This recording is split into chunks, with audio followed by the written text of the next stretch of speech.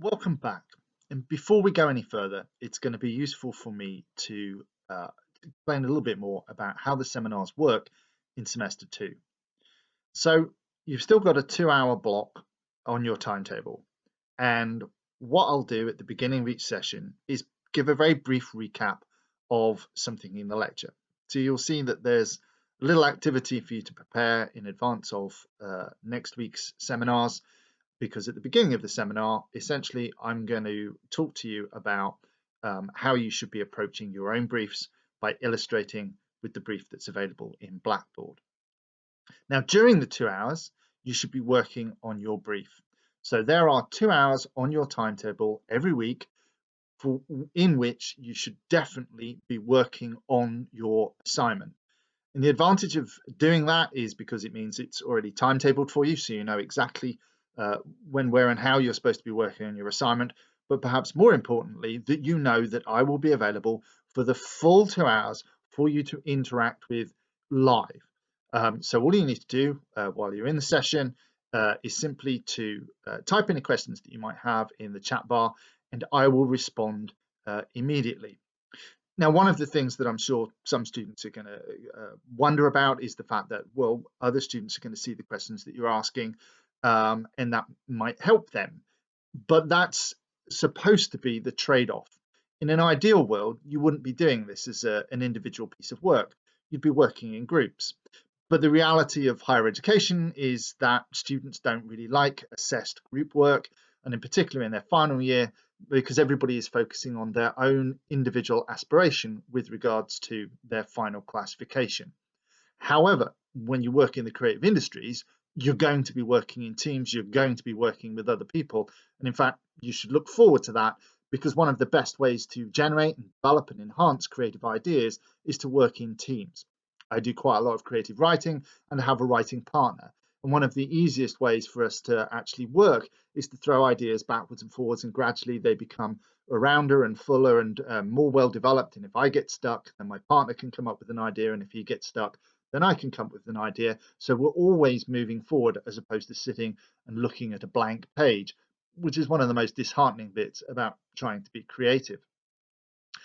You'll also get the opportunity, obviously, to see my answers to other people, and that will help clarify some things which otherwise might get lost along the way, particularly if it's a question that doesn't occur to you, or it's a question that occurs further down the line. And hopefully this will mean that people will see the things that they need to do, or the things they need to avoid doing earlier on in the semester.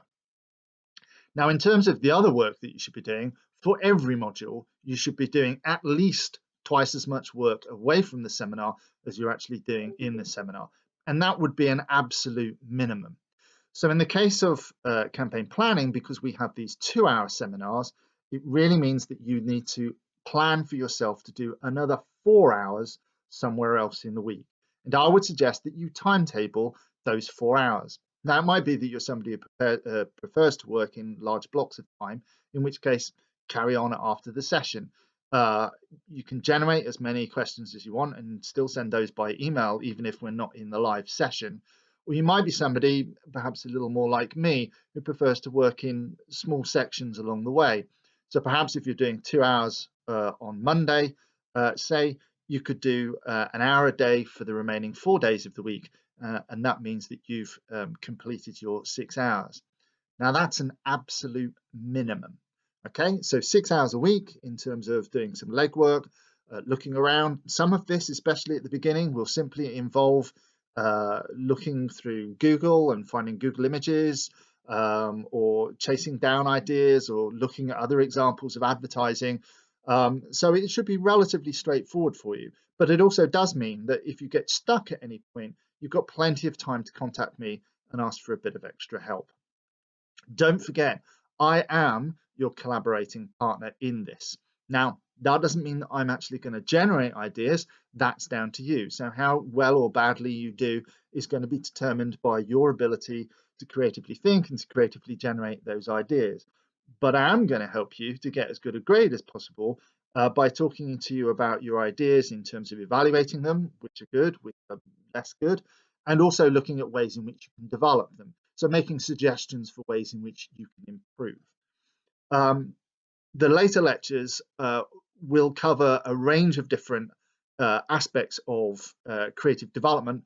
So these are things like copywriting, visual images, storyboarding. So some of these will be applicable to the particular briefs that you're looking at, depending on the nature of the challenge and the media that you're being asked to use.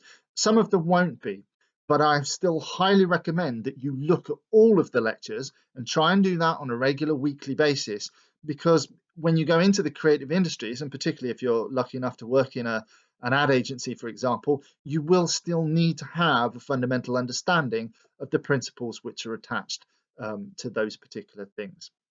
Okay, carry on with the rest of the lecture, and I look forward to seeing you all next week.